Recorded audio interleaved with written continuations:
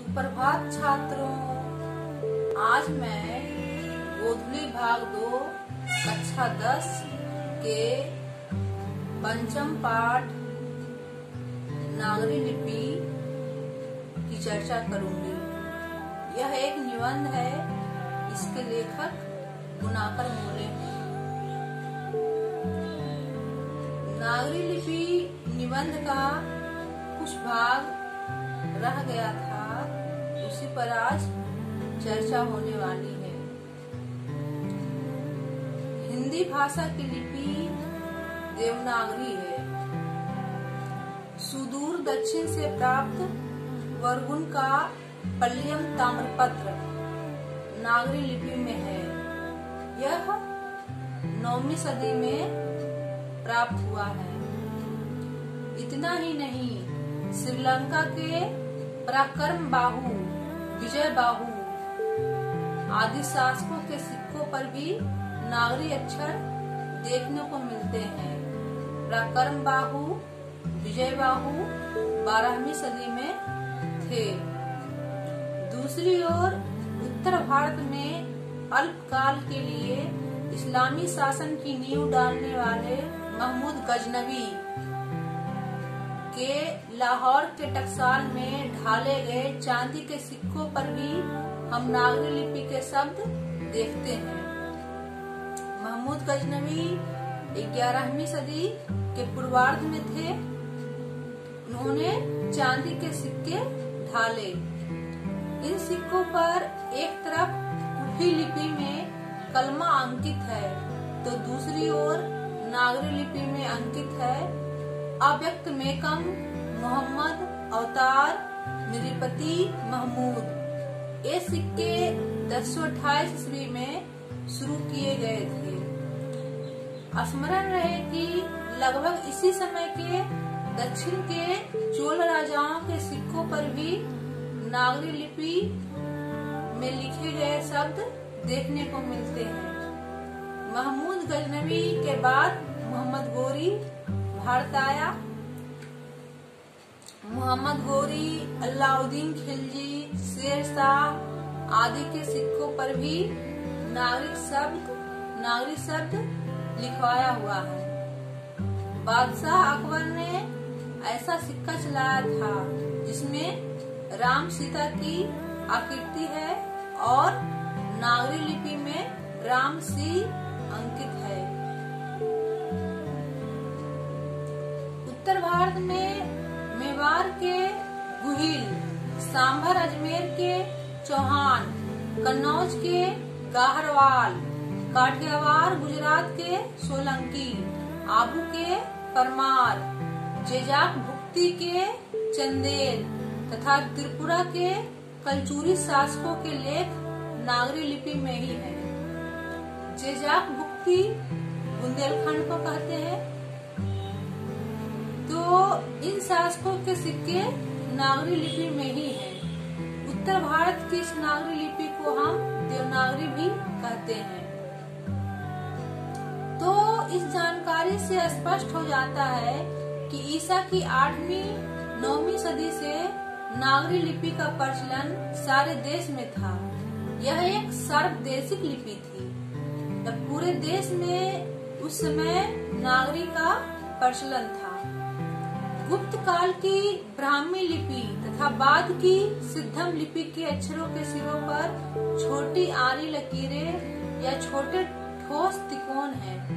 लेकिन नागरी लिपि की मुख्य पहचान यह है कि इसकी अक्षरों के सिरों पर पूरी लकीरें बन जाती हैं और ये सिरोरेखाएं उतनी ही लंबी रहती है जितनी की अक्षरों की चौड़ाई होती है। जैसे हम लिखते हैं कलम, तो कलम के ऊपर सिरोरेखा लगाते हैं और कलम जितना जगह में लिखा हुआ है उतने ही जगह में सिरोरेखा ऊपर में लगाई जाती है। हाँ, कुछ लेखों के अक्षरों के सिरों पर अब भी कहीं कहीं तिकोन दिखाई देते हैं। दूसरी स्पष्ट विशेषता यह है कि इस प्राचीन नागरी के अक्षर आधुनिक नागरी से मिलते जुलते हैं। तो प्राचीन नागरी का जो अक्षर है और आधुनिक नागरी का जो अक्षर है आपस में मिलते जुलते हैं और इन्हें आसानी से थोड़े अभ्यास के बाद पढ़ा जा सकता है। लेखक कहते हैं कि हम बता चुके हैं कि दक्षिण भारत से नंदी नागरी लिपि के लेख 8वीं सदी से मिलने लग जाते हैं और उत्तर भारत से 9वीं सदी से। तब दक्षिण भारत से 8वीं सदी से ही नंदी नागरी मिलता है और उत्तर भारत से 9वीं सदी से। लेकिन हम यह नहीं कह सकते कि अमुक निश्चित समय से ही नागरी लिपि की शुरुआत होती है।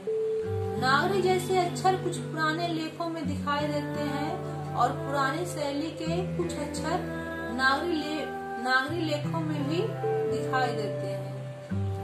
अब नागरी का कुछ अक्षर पुराना लेख में दिखाई देता है और कुछ पुरानी शैली के कुछ अक्षर जो है नागरी लेख में भी दिखाई देते हैं। अब हमें यह देखना है कि इस नई लिपि को नागरी, देवनागरी या नंदी नागरी क्यों कहते हैं। नागरी नाम की उत्पत्ति तथा इसके अर्थ के बारे में विद्वानों में बड़ा मतभेद है। एक मत के अनुसार गुजरात के नागर ब्राह्मणों ने पहले इस लिपि का इस्तेमाल किया, इसीलिए इसका नाम नागरी पड़ा। गुजरात के नागर ब्राह्मणों ने इसका इस्तेमाल किया था, इसलिए इसका नाम नागरी पड़ा। इस मत को स्वीकार करने में अनेक अड़चने हैं। एक अन्य मत के अनुसार बाकी नगर सिर्फ नगर हैं, परंतु काशी देवनागरी है, इसीलिए काशी में प्रयुक्त लिपि का नाम देवनागरी पड़ा। काशी को कहा गया है देवनागरी, इसलिए काशी में जो लिपि प्रयुक्त हुई उसको कहते हैं देवनागरी। लेकिन यह एक संकुचित मत है। अलबेरूनी ने अपने ग्रंथ 1030 ईस्वी में लिखा है कि मालवा में नागर लिपि का इस्तेमाल होता है। अलबेरूनी बहुत फेमस इतिहासकार थे, प्रसिद्ध इतिहासकार थे। अलबेरूनी महमूद गजनवी के समय में आए थे उन्होंने भारत का विशिष्ट वर्णन किया है। उन्होंने लिखा है कि 1030 ईस्वी में मालवा में नागर लिपि का इस्तेमाल होता है। अतः यह स्पष्ट है कि 1000 ईस्वी के आसपास नागर या नागरी नाम अस्तित्व में आ चुका था। दरअसल यह शब्द और भी कुछ पहले अस्तित्व में आ चुका था। इतना निश्चित है कि यह नागरी शब्द किसी नगर अर्थात बड़े शहर से संबंधित है। पाद ताडितम नामक एक नाटक से जानकारी मिलती है कि पाटलिपुत्र पटना को नगर कहते थे। हम यह भी जानते हैं कि स्थापत्य की उत्तर भारत की एक विशेष शैली को नागर शैली कहते हैं।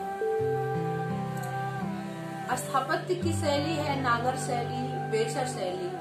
तो नागर एक शैली है स्थापत्य कला की, भवन निर्माण कला की।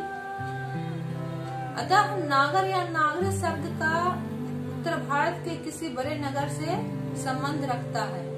असंभव नहीं कि यह बड़ा नगर प्राचीन पटना ही हो। चंद्रगुप्त द्वितीय विक्रमादित्य का व्यक्तिगत नाम देव था, इसीलिए गुप्तों की राजधानी पटना को देवनगर भी कहा जाता है।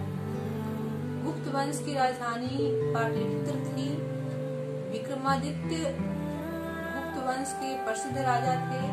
उनका एक व्यक्तिगत नाम देव था, इसलिए पटना को बोलते हैं देवनगर। और देवनगर की लिपि होने के कारण उत्तर भारत की प्रमुख लिपि को देवनागरी नाम दिया गया होगा। लेकिन यह सिर्फ एक मत हुआ। हम सप्रमाण नहीं कह सकते कि देवनागरी नाम अस्तित्व में कैसे आया होगा। ईसा की 14वीं-15वीं सदी के विजयनगर के शासकों ने अपने लेखों की लिपि को नंदी नागरी कहा है। विजयनगर के राजाओं के लेख कन्नड़, तेलुगु और नागरी लिपि में मिलते हैं। जानकारी मिलती है कि विजयनगर के राजाओं के शासनकाल में ही पहल वेदों को लिपिबद्ध किया गया था। वेद 4 हैं: सामवेद, अथर्ववेद, यजुर्वेद, ऋग्वेद। तो सबसे पहले वेदों को विजयनगर के राजाओं के शासनकाल में ही लिपिबद्ध किया गया था। यह वैदिक साहित्य निश्चय ही नागरी लिपि में लिखा गया होगा। विद्वानों का यह भी मत है कि वाकाटकों और राष्ट्रकूटों के समय के महाराष्ट्र के प्रसिद्ध नंदी नगर, आधुनिक नांदेड़ की लिपि होने के कारण इसका नाम नंदी नागरी पड़ा। राष्ट्रकूट के समय महाराष्ट्र का एक प्रसिद्ध नगर था नंदी नगर और आधुनिक में नांदेड़। तो नंदी नगर की लिपि होने के कारण इसका नाम नंदी नागरी पड़ा। लेकिन हमें नामकरण के इस झंझट में अधिक नहीं पड़ना चाहिए। यह किसी नगर विशेष की लिपि नहीं थी, क्योंकि ईसा की 8वीं से 11वीं सदियों में हम नागरी लिपि को पूरे देश में व्याप्त देखते हैं। उस समय यह एक सार्वदेशिक लिपि थी। देश भर से नागरी लिपि के बहुत सारे लेख मिलते हैं। इस नागरी लिपि के उदय के साथ भारतीय इतिहास व संस्कृति के एक नए युग की शुरुआत होती है। भारत इस्लाम के संपर्क में आता है और बाद में 13वीं सदी से इस्लामी शासकों का शासन आरंभ होता है। नए संप्रदाय अस्तित्व में आते हैं। भारतीय समाज एवं बहुत से संप्रदायों को एक व्यापक नाम मिलता है: हिंदू समाज एवं हिंदू धर्म। नागरी लिपि के साथ साथ अनेक प्रादेशिक भाषाएं भी जन्म लेती है। 8वीं-9वीं सदी से आरंभिक हिंदी का साहित्य मिलने लग जाता है। हिंदी के आदि कवि सरहपाद 8वीं सदी के दोहा कोश की तिब्बत से जो हस्तलिपि मिली है वह 10वीं-11वीं सदी की लिपि में लिखी गई है। हिंदी के आदि कवि सरहपाद थे, वे 8वीं सदी में थे। उनकी पुस्तक है दोहा कोश। दोहा कोश की तिब्बत से जो हस्तलिपि मिली है वह 10वीं-11वीं सदी की लिपि में लिखी गई। इस पाठ के कुछ अंश शेष रह गए हैं, वे इसके अगले भाग में होंगे।